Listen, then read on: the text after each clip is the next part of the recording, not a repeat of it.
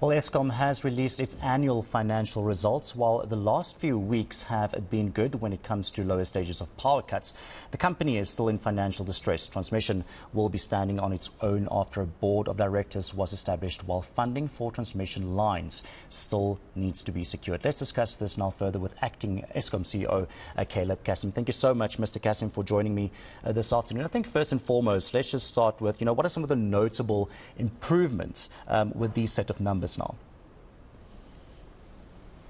So I think firstly from a pure financial number and operational performance, year on year 2023 has been a deterioration on the back of the drop in energy availability factor.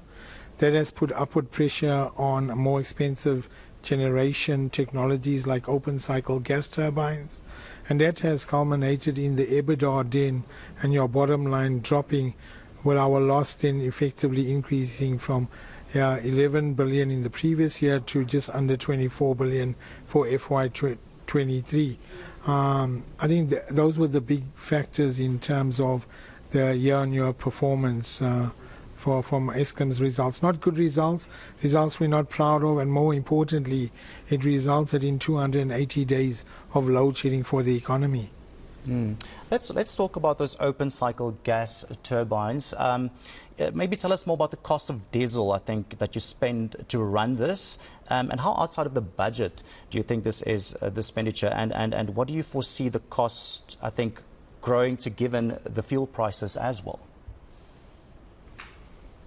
Yeah, so I think that combination of where the markets were, that resulted in further pressure on the cost.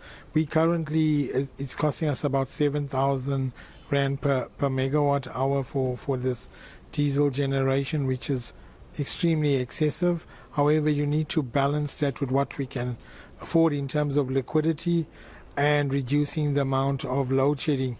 I think going forward, we see in FY24 a similar trend pushing through in terms of that outlook for 2024.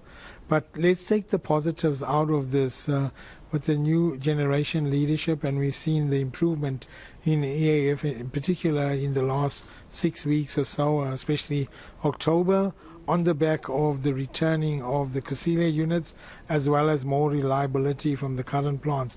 So we see positive outlook in terms of better performance, lower intensity, and a few more days where we don't have load shedding going forward.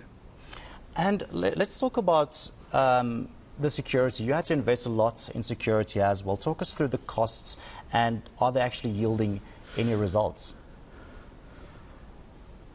So yes, on the security side, I mean, it's not only our cost that we're investing, but I think what has come through the NECOM structure, we're working very closely with the security work stream of that in terms of the priority committee, and what we see, we've been reaping some results in terms of arrests, but it's a long process. It's a key priority, as the chairman has indicated, and we need to remain focused on that.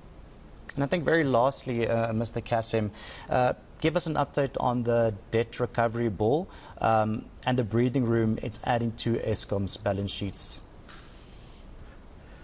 I think firstly, very positive from our perspective. It has allowed us to release capital expenditure for the operating divisions for the next 3 years well in advance. That has resulted in procuring the necessary spares and equipment in advance, which is now reflected in better performance, not only on the generation side, but we're now going to embark on strengthening our networks in distribution as well as transmission. Extremely positive. I think overall, once we convert these loans into equity by meeting the conditions, our overall debt will drop from the 430 odd billion to 270 billion at the end of the debt relief period.